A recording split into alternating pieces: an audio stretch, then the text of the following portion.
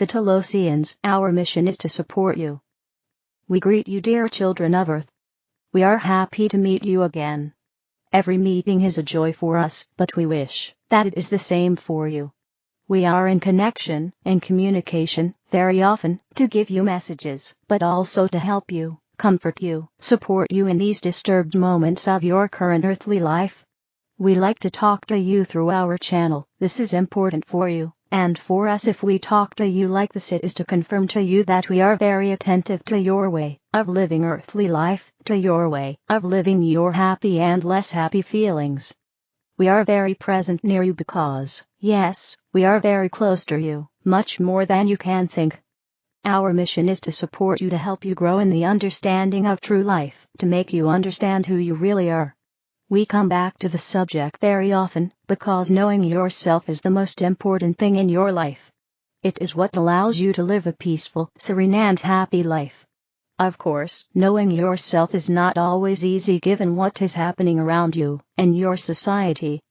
Getting to know yourself is not easy, because everything is done and put in place by certain humans imbued with a desire for power in order to distance you from understanding true life. True life includes not only the one you live on planet Earth, but also, and above all, the very important and unbreakable link that connects you to the divine. The divine, that is your true life. We have said it, and repeated it many times. You are divine beings, divine sparks filled with the love and light of the Supreme Father. You cannot doubt it when you see how much, when you are attentive to this, you are protected, supported, helped in your life. Sometimes you doubt the help that the divine spark that you are can bring you in order to live better in this earthly life, but, nevertheless, it is. For this it is important to be very attentive to what happens in your life each day, to all the small events that mark your life. Have confidence in your higher consciousness, which is your major divine spark and illuminates your incarnate part with its love and its light. Have confidence in yourself and your life, in the events that happen in your life, and rejoice in getting closer to the new earth that we also speak to you about very often. Despite the delicate events that may be happening in your countries, be confident in your feelings of peace and serenity when you connect with your inner divine being. Your soul is here to grow in pure light and pure love, and guides you happily on this path. Listen to it. Listen to the feelings it gives you by guiding you in the most beautiful way possible on the path of the Supreme Father. We are talking to you about all this because it will be more and more necessary for you to meet your inner being in order to find peace and serenity in every moment. We are here, close to you, to guide you on this path. Listen to the feelings that we are sending to you to help you, support you, and guide you towards the best path in your life. Our work of love towards earthly humans will continue for a long time, so that you can succeed in uniting in peace and joy with the earth, your nourishing mother. Thank her for everything she offers you, for her beauty, for the shelter she offers you, as well as the food she makes available to you every day. You will say, yes, we have food offered with love by the earth, but some countries and continents are in poverty. So the earth feeds humans unequally? We will tell you this: the earth has the capacity to feed all humans differently depending on where they live.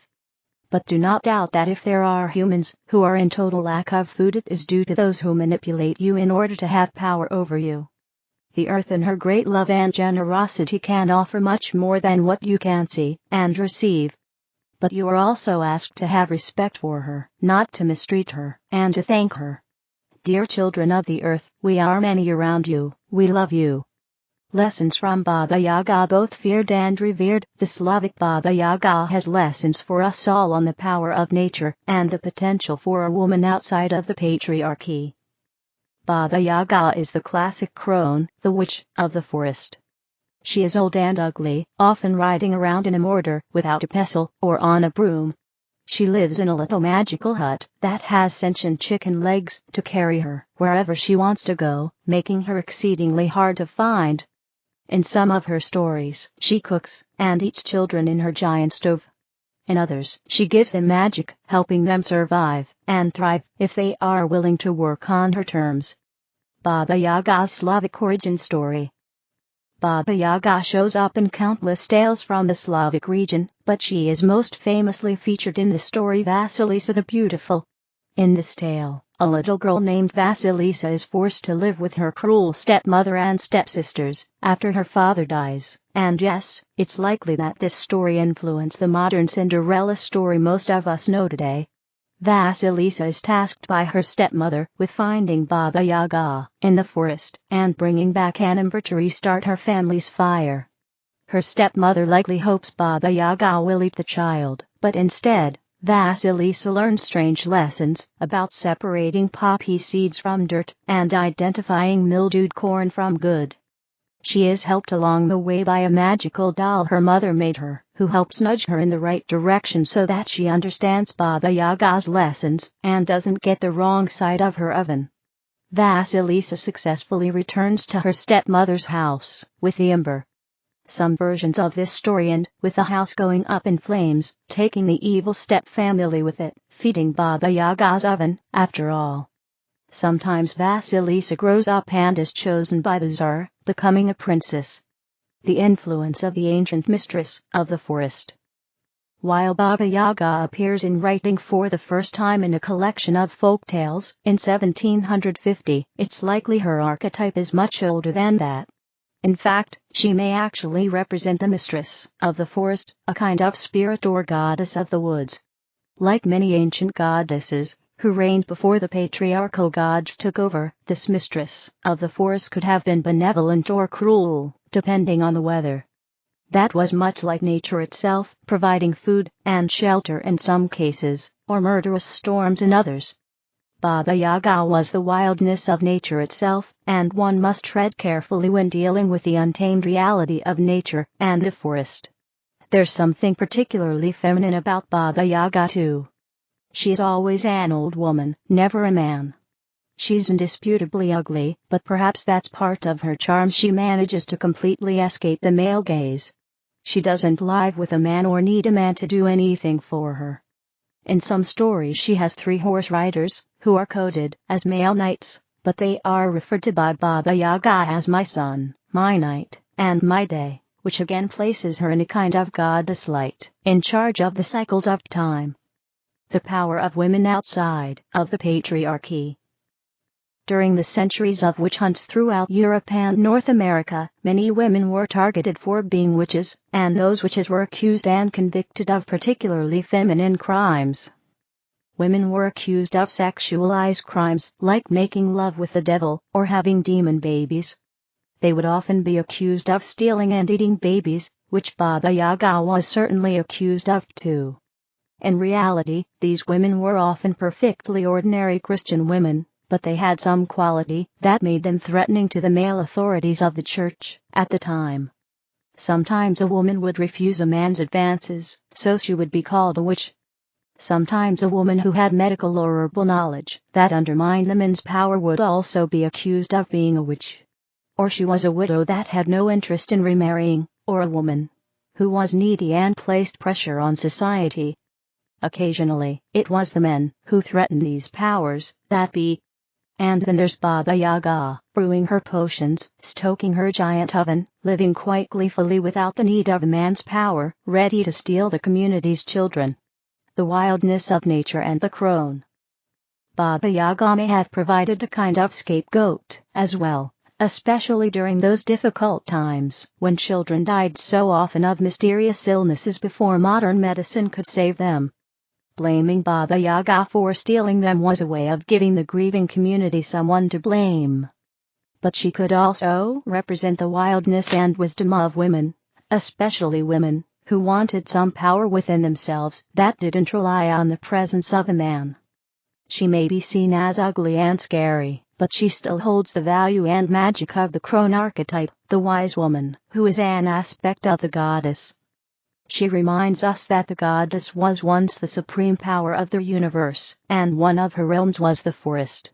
We'd better listen to Baba Yaga's wisdom, or else we might be shoved in her oven. Galactic Council, differentiate between dream of illusion and higher dimensions. We are here now. We love you. We are you, from your future, to assist you on your path. Beloved one, as you are on your path of awakening, we are inviting you to begin to differentiate between the dream of illusion/lower dimension and being awake in the higher dimensions. As you are beginning to wake up, you will have both types of experiences. Illusion experiences, you feel agitation, irritation, anger, sadness, depression, annoyance, and the need to criticize. Your feeling state depends on outer circumstances. You also feel physical symptoms of sickness and aging. Higher dimensional experiences, you feel peace, love, harmony, joy, happiness, bliss, and abundance for no reason. Your feeling comes from within and from God/Source. You feel healthy, vibrant, and are aging slower. These are the two different experiences. The illusion experience is not real, even though it feels very real. The higher dimensional experience is the only true reality. It is the reality of God/Source. As you are becoming more and more aware of the difference of the two experiences, you can begin to choose more consciously which one you wish to step into further. When you are experiencing clearly an illusion reality, begin to calm your thoughts and emotions by breathing slowly and deeply. Then, make your intent for peace clear. First in your mind by calling for the higher beings of light. It can be any of the ascended masters, the angels, any of us, or the Holy Spirit, the voice for God. Perhaps you feel comfortable to make your intent for peace clear out loud. It is important to give it a few moments for the vibrational frequencies to shift. First you will notice a feeling of peace entering your being. Then, you will notice a shift in your reality. And so, you will shift your reality, one experience at a time. We are with you, every step of the way. You are loved beyond measure. We are with you always. We love you. We are you. Namaste. sorceryofflight.com. The other videos are in the English video playlist. Help me spread the light. Click like, share, and subscribe to the channel. Thank you.